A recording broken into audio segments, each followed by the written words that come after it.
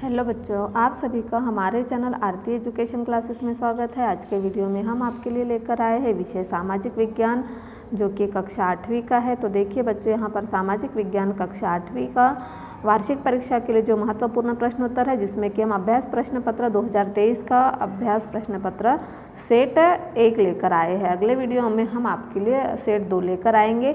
तो देखिए बच्चों, यहाँ पर सबसे पहले हम बता दे रहे हैं कि यह आपकी वार्षिक परीक्षा जो है वो बोर्ड परीक्षा बहुत ही महत्वपूर्ण है। तो आप इस पेपर को अच्छे से समझ लीजिए ताकि आपको वार्षिक परीक्षा में प्रश्नोत्तर हल करने में समस्या न आए। तो यहाँ पर दिए हुए सभी प्रश्नों का हल करना अनिवार्य है। बहुविकल्पीय प्रश्न सबसे पहले दिया हुआ है, बहुविकल्पीय प्रश्न। तो नंबर 1 है हमारा, इसमें सही विकल्प का चयन करें। जेम्स मिल द्वारा लिखित पुस्तक का नाम है। ये history of British India, history of England, discovery of India, history of Scotland. तो इसका सही उत्तर है ए, हिस्ट्री ऑफ ब्रिटिश इंडिया। यह इसका क्या है, उत्तर सही है, जो कि जेम्स मिल द्वारा लिखित पुस्तक का नाम है ये हिस्ट्री ऑफ ब्रिटिश इंडिया। फिर है महलवाड़ी व्यवस्था सर्वप्रथम किसने तैयार की। तो महलवाड़ी व्यवस्था सर्वप्रथम किसने तैयार की, होल्ट मैकेजी। महलवाड़ी व्यवस्था है वह होल्ट मैकेजी ने सर्वप्रथम तैयार की। फिर 1856 ईस्वी किसान और जमींदार क्यों परेशान थे। तो इसका सही उत्तर है ऑप्शन नंबर डी, जैसे कि भारी भरकम लगान की वजह से, कर वसूली के लिए सख्ताई, कर्ज न लौटा पाना, और यह इन सभी की वजह से 1856 ईस्वी में किसान जमींदार परेशान थे। तो इसका सही उत्तर आएगा उपरोक्त सभी। भूमि कौन सा संसाधन है, प्राकृतिक, मानवीय, मानव निर्मित, उपयुक्त में से कोई नहीं। तो भूमि प्राकृतिक साधन है। भूमि क्या है, प्राकृतिक साधन है। फिर हम अगले प्रश्न की ओर बढ़ते हैं। प्रश्न नंबर 5, संसाधन निर्माण के लिए क्या आवश्यक है, तकनीकी, ज्ञान, आवश्यकता, उपयुक्त सभी। तो इसका सही उत्तर क्या हो जाएगा, डी, उपयुक्त सभी। संसाधन निर्माण के लिए उपयुक्त सभी आवश्यक है। वाणिज्यिक उपयोग के लिए सब्जियों, फूलों और फलों को उगाना क्या कहलाता है। तो एग्रीकल्चर, हार्टिकल्चर, विटिकल्चर, पिसीकल्चर। तो वाणिज्यिक उपयोग के लिए सब्जियों, फूलों और फलों को उगाना कहलाता है पिसीकल्चर। फिर है भारत सरकार के अधीन मानव संसाधन मंत्रालय का निर्माण कब किया गया। सन 1984 में, सन 1985 में, सन 1982 में, सन 1980 में। तो इसका सही उत्तर होगा सन 1985 में। भारतीय संसाधन का जनक किसे कहा जाता है, डॉक्टर भीमराव अंबेडकर, सरदार वल्लभ भाई पटेल, पंडित जवाहरलाल नेहरू, डॉक्टर राजेंद्र प्रसाद। तो इसका सही उत्तर है डॉक्टर भीमराव अंबेडकर। घरेलू हिंसा से संबंधित विधेयक कब तैयार किया गया, 2000 में, 2002 में, 2003, 2005 में। तो इसका सही उत्तर होगा डी, 2005 में। फिर भारत में सर्वोच्च न्यायालय की स्थापना कब की गई, 15 अगस्त 1947 को, 26 जनवरी 1948 को, 26 जनवरी 1950 को, 15 अगस्त 1950 को। तो सही उत्तर है इसका डी, 15 अगस्त 1950 को भारत में सर्वोच्च न्यायालय की स्थापना की गई। तो इस तरह से हमने प्रश्न नंबर 10 तक के जो हमारे सही विकल्प थे उसे समझाकर यहाँ बता दिए हैं। आप इसे समझकर तैयार कर लीजिए। अब हम इसी तरह आगे बढ़ते हैं। प्रश्न नंबर 11, इसमें क्या दिया हुआ है हमें, अंग्रेजों ने सरकारी दस्तावेजों को किस तरह सुरक्षित रखा। तो अंग्रेजों ने सरकारी दस्तावेजों को सुरक्षित रखने के लिए अभिलेख कक्ष बनवाए, रिकॉर्ड रूम स्थापित किए तथा महत्वपूर्ण दस्तावेजों को बचाकर रखने के लिए अभिलेखागार और संग्रहालय जैसे संस्थान भी बनाए, जिससे क्या होगा कि जो सरकारी दस्तावेज है वह सुरक्षित रह सके। फिर यूरोप के बाजार में किन वस्तुओं की मांग अधिक थी। तो यूरोप के बाज़ारों में, देखिए हमने यहाँ लिखा नहीं है लेकिन हम आपको बता दे रहे हैं, आप समझ लीजिए और आप लिख लीजिए कॉपी में। यूरोप के बाज़ारों में बारीक सूती कपड़े, रेशम की बहुत अधिक मांग थी। उसके साथ ही दालचीनी, लौंग, इलायची और काली मिर्च की भी अधिक मांग यूरोप के बाज़ारों में थी। फिर है घुमंतु किसान मुख्य रूप से कहाँ रहते थे। तो घुमंतु किसान मुख्य रूप से पूर्वोत्तर और मध्य भारत की पर्वतीय व जंगलों की पट्टियों में ही रहते थे। जो घुमंतु किसान हैं वह अपनी खेती के व्यवसाय करने के लिए जहाँ पर उन्हें सुविधा मिले वहाँ वह करते थे। जैसे कि घुमंतु किसान मुख्य रूप से पूर्वोत्तर और मध्य भारत की पर्वतीय व जंगलों की पट्टियों में ही रहते थे। फिर है प्रश्न नंबर 14, भूमि उपयोग प्रतिरूप क्या है। सभी प्रदेशों में भूमि का उपयोग एक समान नहीं होता है, इसलिए भूमि उपयोग का अनुपात एक प्रदेश से दूसरे प्रदेश में काफ़ी भिन्न होता है। इसे भूमि उपयोग प्रतिरूप कहते हैं। जो भूमि का उपयोग है वह सभी प्रदेशों में भूमि का उपयोग एक समान नहीं होता, इसलिए इसे हम क्या कहेंगे, इसलिए भूमि उपयोग का अनुपात एक प्रदेश से दूसरे प्रदेश में काफ़ी भिन्न होता है और इसे भूमि उपयोग प्रतिरूप कहते हैं। फिर हमारा अगला प्रश्न है प्रश्न नंबर 15। तो प्रश्न नंबर 15 में क्या दिया हुआ है, मानव निर्मित संसाधन के नाम निम्नलिखित है। पुल, मशीनें, सड़क, भवन और उपकरण। यह क्या है, हमें पूछा गया प्रश्न में कोई 5 मानव निर्मित संसाधनों के नाम लिखिए। तो मानव निर्मित संसाधनों के नाम निम्नलिखित है। पुल, मशीनें, सड़क, भवन और उपकरण। यह क्या है, मानव निर्मित है। यह प्राकृतिक निर्मित है क्या, नहीं, यह मानव निर्मित है, तो हमने यहाँ इनके नाम लिख दिए। फिर हमारा अगला प्रश्न है प्रश्न नंबर 16। विनिर्माण किसे कहते हैं। तो विनिर्माण से अभिप्राय उन संगठित मानवीय प्रयासों से है जिनमें प्राथमिक उत्पादों को गौण उत्पादों में बदला जाता है, जिससे उत्पाद की मूल्य वृद्धि हो जाती है। जिससे क्या होगा, उत्पाद की मूल्य वृद्धि हो जाएगी। फिर है प्रश्न नंबर 17। प्रधानमंत्री कौशल विकास योजना कब किस देश से शुरू की गई, लिखिए। तो प्रधानमंत्री कौशल विकास योजना PKVI को 2015 में 1 करोड़ भारतीय युवाओं को 2016 से 2020 तक प्रशिक्षित करने के उद्देश्य से शुरू की गई थी। इस योजना का उद्देश्य संभाव्य का मौजूदा रोजगार अर्जक को गुणवत्ता प्रशिक्षण प्रदान करके रोजगार योग्य कौशल की योग्यता को प्रोत्साहित करना है। फिर हमारा अगला प्रश्न है प्रश्न नंबर 18। प्रश्न नंबर 18 देखेंगे हम। भारतीय संविधान सभा का गठन किस वर्ष में किया गया, एवं इसके निर्माण वर्ष लिखे।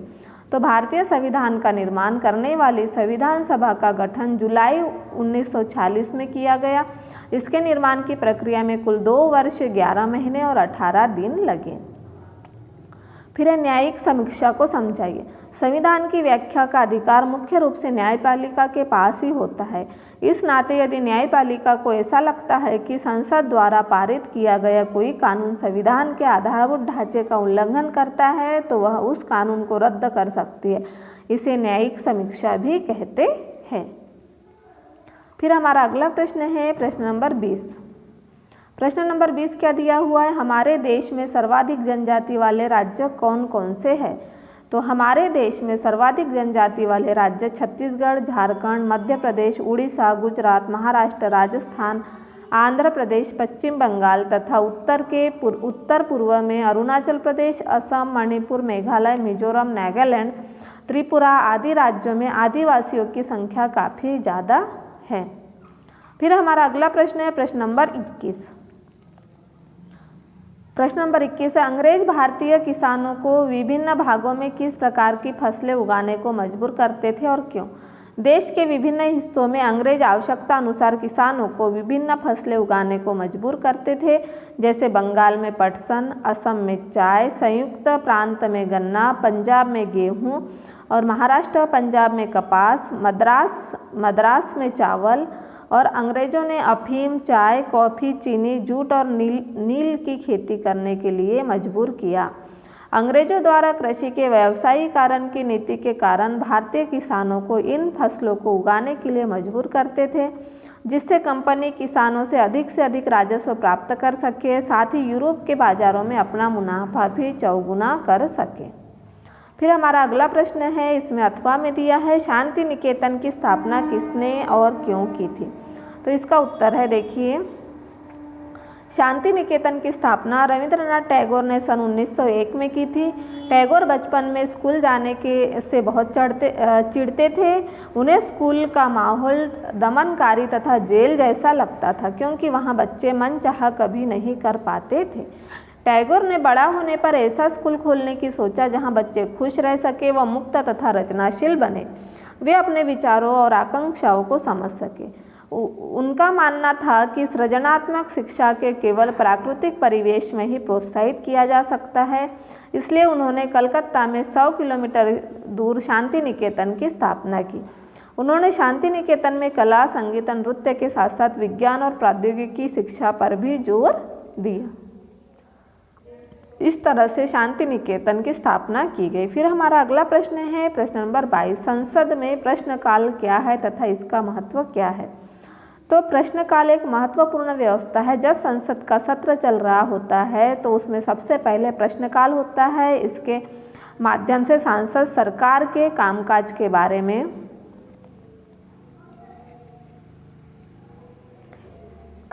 बारे में जानकारियाँ हासिल करते हैं। इसके जरिए संसद कार्यपालिका को नियंत्रित करती है। सवालों के माध्यम से सरकार